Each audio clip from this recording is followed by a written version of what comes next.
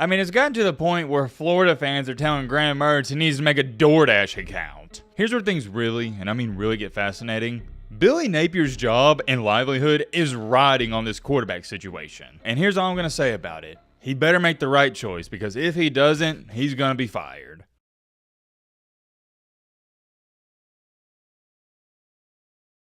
There's a plethora of different topics we could have talked about in tonight's video, but the one I've circled and it sort of compelled me the most out of all of them is the Florida quarterback controversy.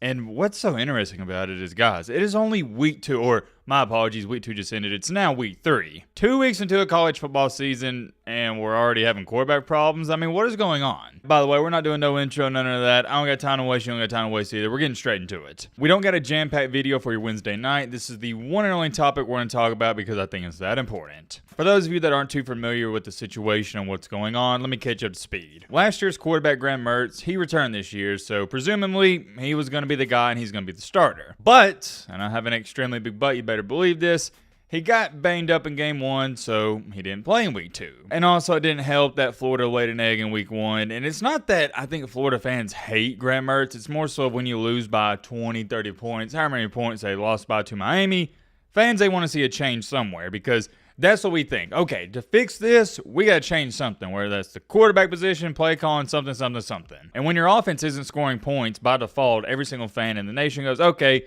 we got to change the quarterback. Which really didn't matter, because heading into week 2 against Sanford, Graham Mertz, he didn't even play, and DJ Lagway, the prestigious 5-star recruit, he got the start. I have made this astronomically clear on the channel. I do not care about what you do in a cupcake. As a matter of fact, we don't even talk about them. Whenever we do the preview and recap videos, if your team, for example, Ohio State, you played a cupcake, not talking about them unless it's a close game like Notre Dame and you lose to a cupcake. And the writing was on the wall. You knew this was going to happen. Lagway's going to go out there against Sanford and have a pretty good performance, and he did just that. I forgot his stat line to be exact. I'll pull it up, but I know he was like 18 for 25-ish, something like that, and had 450 passing yards. I will pull it up, though, just to be exact. Okay, here it is. Florida 45-7. Lagway in this game. Okay, like I said, 18 for 25, 456, 3 touchdowns, 0 INTs, QBR of 85.1. Very nice, even though it was against a cupcake and a team that is completely inferior to Florida. You played great, and something's got to be said about that. And maybe some of you are impressed with this performance, but for me, myself, I am not. I could care less. Yeah, he looked good, but anybody can look good against Sanford.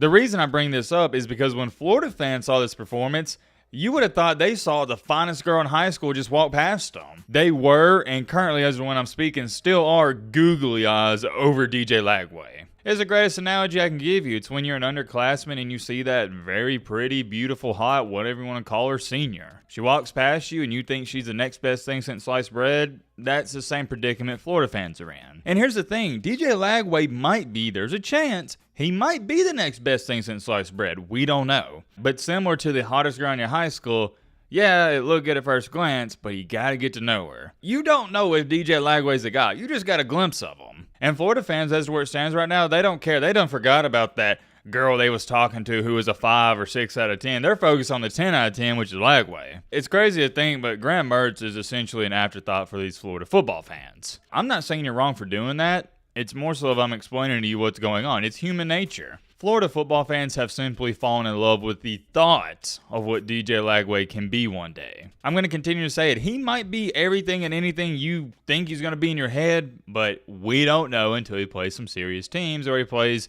3, 4, 5 games. I mean, it's gotten to the point where Florida fans are telling Graham Mertz he needs to make a DoorDash account. Goes without being said, the hype surrounding this kid, it's crazy, and Florida fans, I've seen polls everywhere, they rather him be the starter moving forward than Mertz. If you want my 2 cents on the situation, I'll give it to you. As to where it stands right now, I would go with Mertz, but I mean, we're talking about splitting hairs. To give you my perspective, I'm leaning 51% Mertz, 49% Lagway. It's that close for me. And the only reason I give Mertz the very, and I mean very slight edge is due to experience. And I also think Mertz is a very solid quarterback. He was solid for Florida last year. But with that being said, I'm also trying to convince myself that Lagway, since he is this true freshman and he's so young, there's this saying that goes something like, he might be too young and dumb for his own good, which means these freshmen sometimes don't even realize, oh, there's supposed to be pressure on them to perform. Because a lot of times these young dudes that go out here with zero expectations and pressure and they ball out, they don't really think of it as, oh, I got a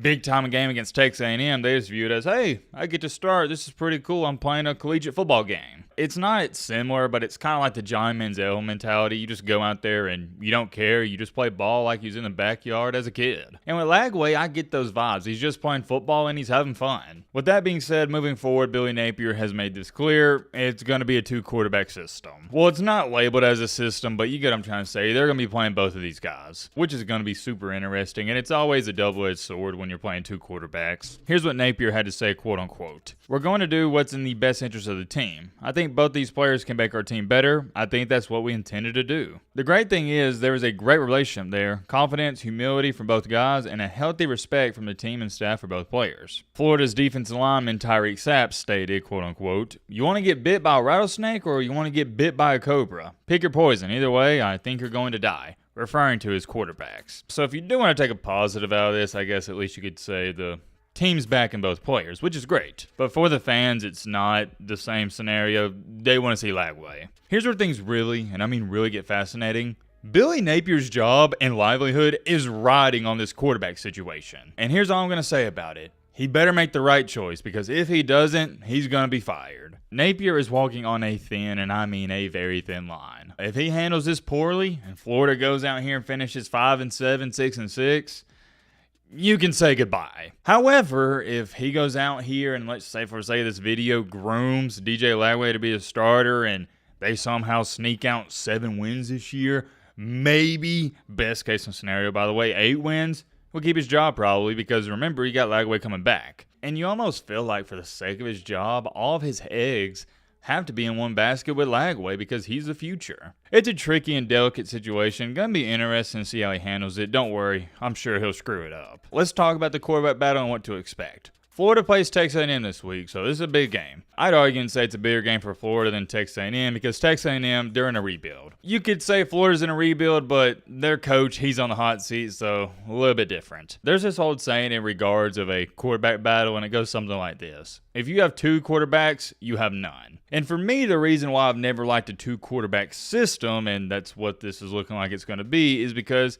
whoever's in there, he's always overlooking his shoulder. After every single incompletion or play, he's like, oh no, was that good enough? Am I going to get benched, etc., etc.? And that's probably going to happen here. Mertz has a couple 3-and-outs or even throws a pick, has a fumble. You know he's going to be thinking, oh man, I'm going to be pulled out of this game. You can't even play football freely thinking like that. And it's the same thing for Lagway. If he goes out there and he throws a pick, throws 1 incompletion, the first thing that's going to come into his mind, and it's not a bad thing, it's just human nature. The thing this way is, oh man, coach probably going to pull me if I don't get this act together. I think against A&M, it's going to go something like this. Mertz, he's going to be your starter, and if he plays good from the jump, he's not going to be pulled out of that game. No way. Maybe Lagway gets in there for like a trick play or something, but it'll only be like 1 or 2 snaps. I'm talking about legit series. As long as Mertz is playing good, he is going to play that game. But if Mertz is struggling in the first quarter and going into the second quarter, that's when you see a quarterback change. But that's also a tricky situation, because then you're throwing in a true freshman in a hostile